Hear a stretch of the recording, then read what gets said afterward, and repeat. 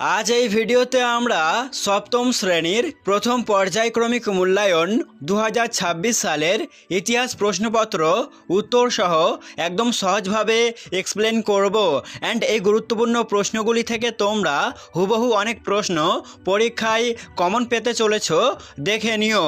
So প্রথমে syllabus, প্রশ্নের কাঠামো এবং নাম্বার বিভাজনটা তোমরা স্ক্রিনের মাধ্যমে একটু দেখে নিও।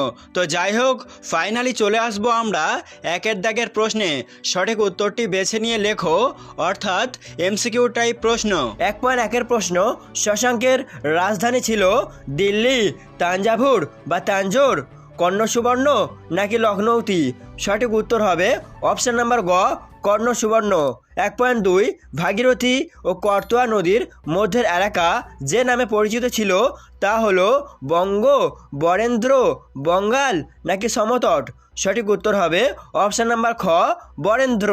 1.3, বঙ্গ নামের প্রথম উল্লেখ পাওয়া যায় ঐতেরেয় আরণ্যকে, আইনি আকবরীতে, অর্থশাস্ত্রে নাকি দানসাগর গ্রন্থে?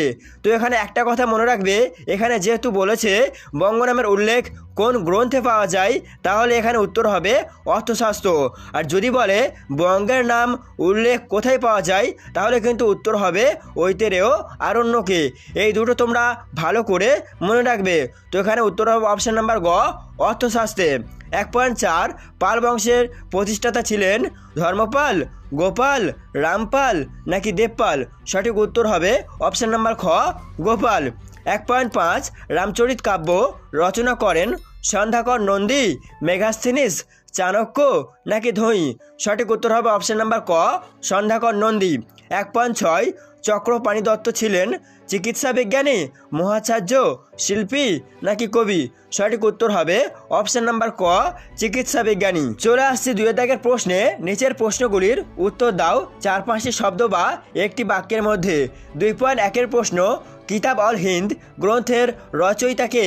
উত্তর, কিতাব অল হিন্দ গ্রন্থের রচয়িতা হলেন অল বিরুনি। 2.2 প্রশ্ন, খুবই গুরুত্বপূর্ণ, বৌদ্ধ ধর্মে নির্বাণ বলতে কি বোঝো? উত্তর, নির্বাণ হলো জরাশোক দুঃখ থেকে মুক্ত এমন এক অবস্থা যেখানে পৌঁছালে মানুষের আর পুনর্জন্ম হবে না। 3 দাগের প্রশ্নে যে কোনো 2টি প্রশ্নের উত্তর দিতে হবে এবং প্রতিটি প্রশ্নের মান 2 নাম্বার করে। 3.1 প্রশ্ন, কোন কোন রাজ্যের মধ্যে ত্রিশক্তি সংগ্রাম হয়েছিল? উত্তর, বাংলার পাল বংশ, দাক্ষিণাত্যের রাষ্ট্রকূট বংশ এবং পশ্চিম ভারতের গুর্জর প্রতিহার বংশের মধ্যে ত্রিশক্তি সংগ্রাম হয়েছিল। 3.2 প্রশ্ন, বাংলায় সেন যুগে পঞ্চরত্ন কাদের বলা হতো বা পঞ্চরত্ন কারা ছিলেন? উত্তর, লক্ষণ সেনের রাজসভায় পঞ্চরত্নরা হলেন কবি জয়দেব, কবি ধৈ, কবি গোবর্ধন, কবি উপামতিধর এবং কবি শরণ। 4 দাগের প্রশ্নে যে কোনো 2টি প্রশ্নের উত্তর দাও এবং প্রতিটি প্রশ্নের মান 3 নাম্বার করে। 4.1, মাৎসন্যায় কি? এই প্রশ্নটি অত্যন্ত গুরুত্বপূর্ণ। উত্তর, মাৎসন্যায় বলতে দেশে অরাজকতা বা স্থায়ী রাজার অভাবকে বোঝানো হয়। পুকুরের বড় মাছ যেমন ছোট মাছকে খেয়ে ফেলে, তেমনি শক্তিশালী লোক দুর্বল লোকের ওপর অত্যাচার করেন। শশাঙ্কের মৃত্যুর পরে খ্রিস্টীয় 7ম শতকের মধ্যভাগ থেকে 8ম শতকের মধ্যভাগ পর্যন্ত 100 বছর ছিল বাংলার ইতিহাসে একটা পরিবর্তনের যুগ। ওই যুগে প্রত্যেক ক্ষত্রিয়, সম্ভ্রান্ত লোক, ব্রাহ্মণ এবং বণিক ইচ্ছে মতো নিজের এলাকা শাসন করত। বাংলায় কোনো কেন্দ্রীয় শাসক ছিল না। এই যুগকেই ইতিহাসে মাৎসন্যায় বলা হয়। 4.2 প্রশ্ন, চর্যাপদ সম্পর্কে যা জানো লেখো বা চর্যাপদ বলতে কি বোঝো? উত্তর, চর্যাপদ হলো খ্রিস্টীয় 8ম থেকে দ্বাদশ শতকে লেখা বৌদ্ধ সিদ্ধাচার্যদের কবিতা ও গানের সংকলন। চর্যাপদে যে ভাষা রয়েছে তা হলো আদি বাংলা ভাষার নিদর্শন। আচার্য হরপ্রসাদ শাস্ত্রী নেপাল থেকে চর্যাপদের পুঁথি উদ্ধার করেন। 4.3 প্রশ্ন, ত্রিশক্তি সংগ্রাম কি? তো উত্তরটি তোমরা লিখবে, খ্রিস্টীয় 8ম শতকের শেষ দিকে উত্তর ভারতে আধিপত্য বিস্তারের জন্য বাংলার পাল বংশ, পশ্চিম ভারতের গুর্জর প্রতিহার বংশ এবং দাক্ষিণাত্যের রাষ্ট্রকূট বংশের মধ্যে এক রক্তক্ষয়ী সংগ্রাম হয়, যা ত্রিশক্তি সংগ্রাম নামে খ্যাত। প্রথমে পাল রাজা ধর্মপাল প্রতিহার রাজ বৎসরাজের কাছে পরাজিত হন, কিন্তু রাষ্ট্রকূট রাজ ধ্রুব বৎসরাজকে পরাজিত করেন।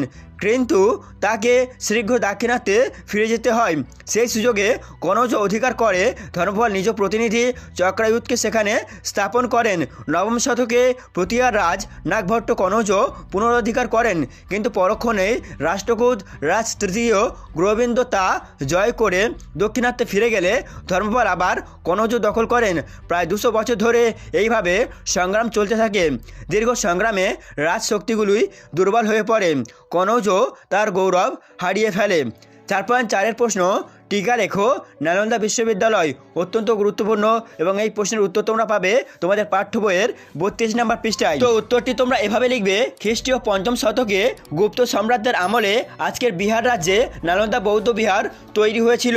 সমগ্র এশিয়ায় নালন্দা শিক্ষা দীক্ষার খ্যাতি ছড়িয়ে পড়ে। হিউয়েন সাং নালন্দার কথা লিখেছেন। দেশ বিদেশের 10,000 শিক্ষার্থী এখানে শিক্ষালাভ করত। বৌদ্ধ ধর্মশাস্ত্র, ব্যাকরণ, চিকিৎসা শাস্ত্র প্রভৃতি নানা বিষয়ে সুপণ্ডিত অধ্যক্ষ মণ্ডলী নালন্দায় শিক্ষাদান করতেন। হিউয়েন সাংয়ের সময় অধ্যক্ষ ছিলেন আচার্য শিলভদ্র। হিউয়েন সাং এখানে একটি সমৃদ্ধ লাইব্রেরি দেখেছেন। নালন্দায় শিক্ষার্থীদের বেতন দিতে হতো না, ব্যয় নির্বাহ হতো গ্রাম থেকে পাওয়া দানের দ্বারা। 8ম শতকে পাল রাজাদের এবং সুমাত্রায় শাসকদের পৃষ্ঠপোষকতা লাভ করেছিল নালন্দা। 13দশ শতকে তুর্কি আক্রমণকারীরা বিহার আক্রমণ করে নালন্দা বিশ্ববিদ্যালয়ের ব্যাপক ক্ষতি হয়। চলে আসবো আমরা 4.5 প্রশ্ন, ভারতের সামন্ত ব্যবস্থা বলতে কি বোঝো? এই প্রশ্নের উত্তর তোমরা পাবে তোমাদের পাঠ্য বইয়ের 25 নম্বর পৃষ্ঠায় এবং এর সাথে তোমরা করবে টিকা লেখো ইউরোপের সামন্ততন্ত্র এবং এর উত্তর পাবে তোমাদের পাঠ্য বইয়ের। তো চলে আসছি আমরা 5 দাগের প্রশ্নে। নিচের যে কোনো 2টি প্রশ্নের উত্তর লিখতে হবে এবং প্রতিটি প্রশ্নের মান 5 নাম্বার করে। 5.1 প্রশ্ন, গৌড়ের রাজা শশাঙ্কের কৃতিত্ব আলোচনা করো। এই প্রশ্নটি কিন্তু অত্যন্ত গুরুত্বপূর্ণ। উত্তরটি হবে শশাঙ্কের কৃতিত্ব। গৌড়বঙ্গের প্রথম সার্বভৌম নরপতি ছিলেন শশাঙ্ক।